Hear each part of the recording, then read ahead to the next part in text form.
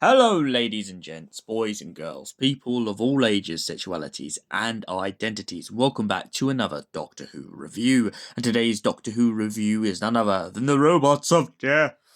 So, what is the Robots of Death about? Well, the Doctor and his new companion, Leela, find themselves on a colony ship. Well, not at first. They find themselves on a colony planet and soon discover a giant mining kind of apparatus. The pair break into the machine and get accused of murder. It's a whodunit. Who did do it? That is the question. Yeah, sorry, I'm going to stop doing my Tom Baker impression now. Apologies about that. That may break out a few times in a few videos, but oh well. So they both get accused of murder, but little do they realise that the real saboteur is on board the ship the whole time.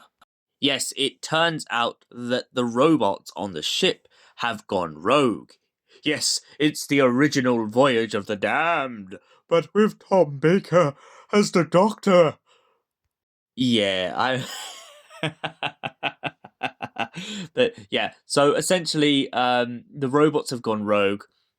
This story is very similar to the Voyage of the Damned. However, it turns out this is all being done on a kind of mining tool. They've been mining the surface of the planet for minerals to make themselves rich.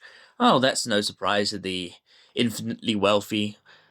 But yes, there's a dispute going on between the crew on who the real murderer is when they soon realise the Doctor and Leela can't have done it because the Doctor gets trapped inside of a compactor. Please do not throw hands at me. I heard a cry. That was me. I heard a cry. That was me. I heard a cry. That was me. Yes, the V robots, or as I like to know them, the Robots of Death.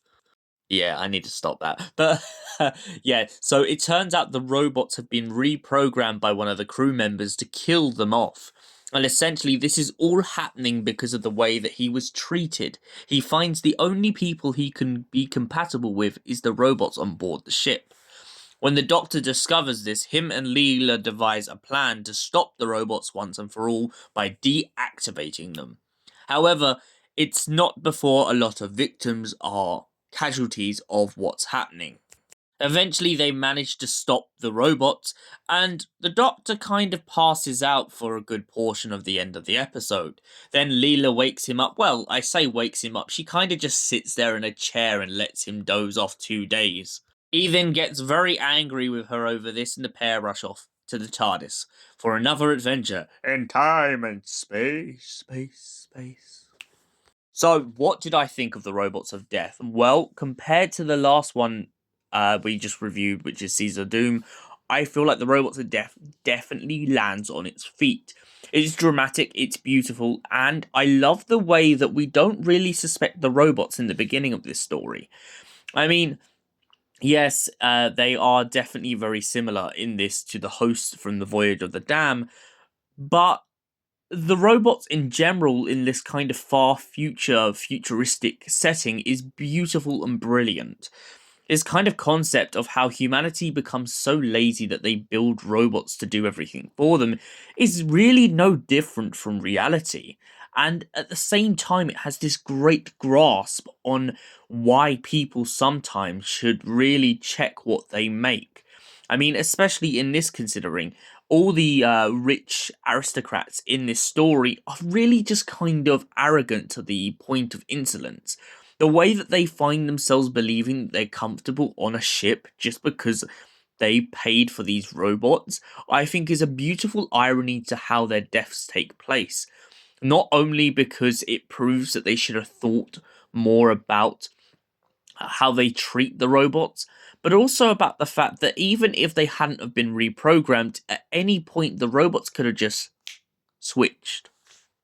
Also, that ominous kind of undertone of the voice actor, who ironically I found out recently didn't only voice these but also voiced Ood Sigma, I think is what really sold me on this episode. And for that reason, I give the Robots of Death a solid 8 out of 10. Thank you for watching, and we'll see you in the next Doctor Who review. Until then, goodbye, stay beautiful, and have an incredible day.